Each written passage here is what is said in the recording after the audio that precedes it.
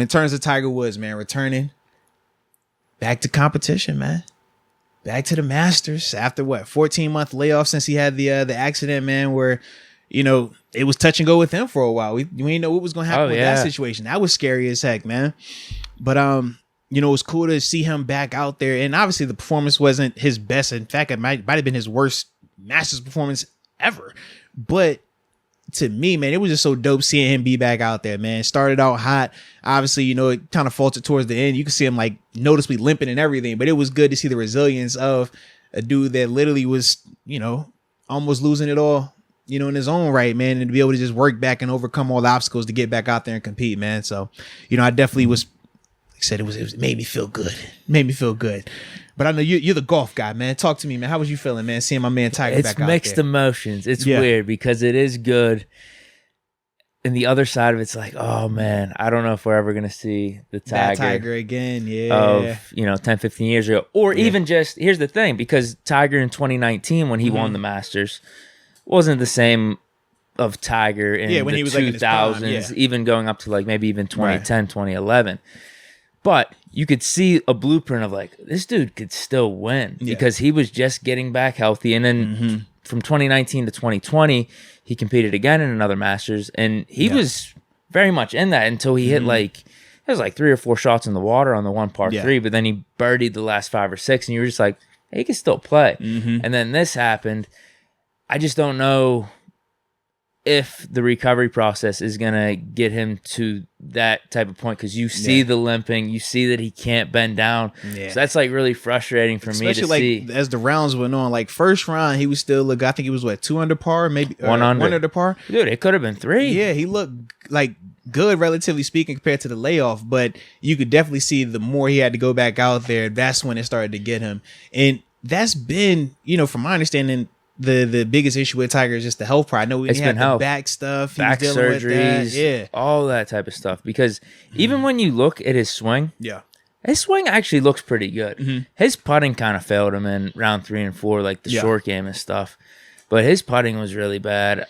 It's weird. I don't know. He already committed to the British Open, so I saw it's in July. He's gonna do oh my goodness, which one was it in July he's supposed to be doing? I think that's it. That's the one, about the major. There's not another tournament. Was it the Open? Yeah, the British Open. So he's gonna. I don't know what his schedule's gonna be like, but if that's his next tournament, he's gonna miss. That's what it is. Yeah, he's gonna miss 2 majors in between, because there's a PGA Championship in May and then also the U.S. Open in June. If that's his schedule, it kind of sucks to hear. Just because like Phil Mickelson won the PGA Championship last year, and he was like, I don't know if he was 50 or 51, 52, and Tiger's like 46, 47. So, he's still got time, though. He's got time, but man. I feel like this injury, I don't know what the recovery process is for him. Like, if he can still recover in a positive direction from here, like if this is just the start, or if he's only maintaining. Because if he's only maintaining, that sucks. That really sucks. But if he could still get healthier going forward, then maybe he's got a chance. Because it looked like his game was there at points. Those first 2 rounds. Sometimes he looked really good. Just like his body started to let him down. That's all I kept thinking when watching him on that 4th go around. I was like, he is laboring. And then by the time he got to the 18th, I mean, you see everybody there giving him the big standing ovation. It was beautiful to see. But you're just watching him limp bad. I'm just like, no, not my dog Tiger, man. Like, Tiger's an icon when it comes to golf. Like, Tiger's the reason why I started watching golf. The reason my daddy watched golf. Like, I'm talking to my son like, yo, gee, that guy right there, that's Tiger Woods, yo. Like, that's the dude. Tiger Woods, y'all. Like, that's Tiger, baby. You know what I mean? And yeah, to me, man, it's just one of those things. Like, I hope he can get back to like being the Tiger that we all know and love, because he's better for the game of golf, man. He makes it more exciting, man. It's just fun to watch him out there, man. Yeah, the sad thing for me was seeing some of his drives.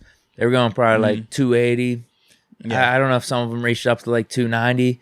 But even back in 2019 and 2020, like, he was out driving some of these young dudes. And that was still him in a different form of Tiger Woods than what he was in his prime. Like, crazy he was still that good. Yeah.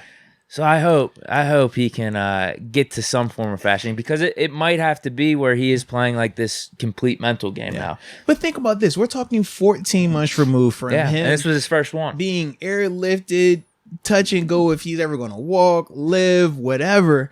And it's like, man, for you to do that 14 months in, I'm willing to bet on, the more time, happens from that accident, the longer your recovery. Same what we say about Devin Bush, right? And Banner and all these other guys that have been injured.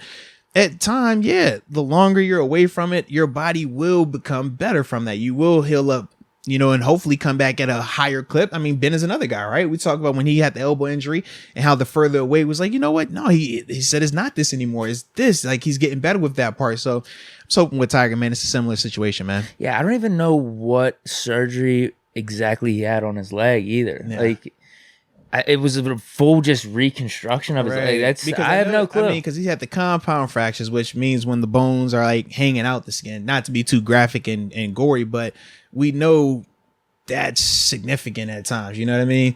So yeah. Did you watch the whole Masters though? I did, man. No way. So I was tuning in and out. I was in and out. I did like the Scotty dude. I thought he was dope. But I was gonna tell you this, man. I can't believe that dude. I was gonna tell you this though, bro.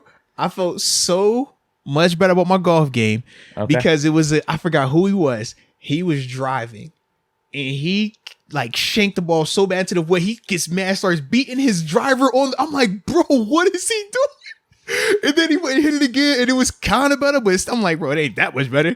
And then I saw a cat. He had a putt. It wasn't far. I'm thinking, like, it's a chip shot. He missed it.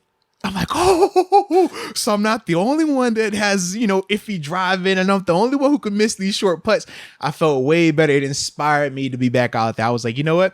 I feel a lot better now. Yes. That Scheffler dude, man, you got to give it to him. I mean, he was from start to finish most consistent, best golfer. Yeah. And he's come out of nowhere. Yeah, I didn't even know about this dude, bro. No, I didn't either. But he's won 3 of his last 4 tournaments heading into the Masters. Oh, wow, the Masters being his 4th. Yeah. The last dude to do that, to have 4 tournament wins, one including the Masters this early in the season, was Arnold Palmer. Like, this dude's on one right now. And like, how old is he? He's 25. Doesn't he look like he's 35? Yeah. 25. I was like, yo, he ain't just come out the blue. It was crazy. His swing's kind of weird. Like, he drops that left foot, it slides and stuff, but he gets it done, dude. He was consistent as heck, though, bro. He was super consistent watching him, man. Yeah. My other takes were McIlroy, such a disappointment. Probably one of the most talented players on tour. He can't putt if his life depended on it. Yeah. But he ended up finishing second. I mean, he's got the best swing in golf. Mm-hmm. And anything else? That's really it. Cam Smith kind of imploded. The defending champ, Matsuyama? Yeah. Because I know everybody talked about the menu that he had, with the food and stuff. I'm like, I see the Wagyu up there. I'm a fan of the Wagyu now. That's bon appetit, up echelon right there, man. Well, Masters hangover. That happens. You win one Masters, you don't win the next one. It happens. And I really didn't understand that that's like a thing, too, in terms of like the menu. Like, oh, what did they put on the... Yeah, I had no clue about that. You get the pick. I was like, oh, this is like for real, for real. Scheffler looks like he's just going to give us some American burgers or something like that. Yeah. Yeah. Some from McDonald's, maybe. Hey, Bubba Watson had a weird one. I forget what his was. He had some weird menu items whenever he won. Yeah. Okay. You'd like him too. He rocks Jordans. You see the one guy, Varner. No, I didn't know he had Jordans on. Oh, well. Because see, I'm a Jordan dude guy. Because I know Scotty had on the Tiger Woods, and I was like, that was pretty dope to see him have that. No, so Varner, he's definitely sponsored by Jordan from head to toe. I mean, he had a Jordan hat, Jordan polo. He had the new 12 taxis on. Go. But also Bubba Watson, like he gets customized J's to him. There's some really sick ones. Yeah, Bubba Watson. He got Ping sponsorships and stuff, so he doesn't have the Jordan shirts, but he always rocks Jordan shoes. See, I haven't even realized like they're Jordan like golf clothes to wear. I was unaware of that. I think just Varner has them, dude. Oh, I was trying to find some stuff online. If that's the case, I'm gonna go try to find me some because I'm a Jordan guy. Yeah, you should check them out. I don't know if there's any online. I really don't. I'm gonna have to look now, man. Because when I would see Joe Hayden wear it, I'm like, this is Joe. Joe he's a Jordan guy, so that's why. But now I'm gonna Google. He's gonna have to hook you up. Because today's show is brought to you by Manscaped, the leaders in below the waistline grooming. And Deke, ball security is key. We know that we got a ton of new prospects coming up because the draft is happening soon. And they're going to need to make sure that their balls are secure as well. And that is what Manscaped does for you and the crew and everybody included in between that thing, man. So it's pretty simple what you do. You get that Lawnmower 4.0. You turn the light on because I like to operate with the light on. Like how we doing here when we're recording, okay? And you take it low and slow. But then when you're done with that and you trim that, grass low so the tree can show a little bit more, they will be calling you a cool nickname like Your nickname. You want to tell me your nickname again? Which one? Which one? I mean, I've been seeing someone in the chat. They've been calling you Daddy. Well, I guess for yeah. Manscaped purposes to keep the commercials and ads consistent, Deke Daddy, right? That's what they call dropped you. that before. That's what they call you. They call you Deke Daddy. Yeah, they have called me that before. So it's pretty especially simple. down at the wedding. I mean, my wedding attire, my wedding performance was brought to you by Manscaped. Mag Daddy. That's what they were like. They were like, not only do you look sharp, you smell pretty good too. What is that, Manscaped? And I was like, get it. I did this. I did the Jordan shrug.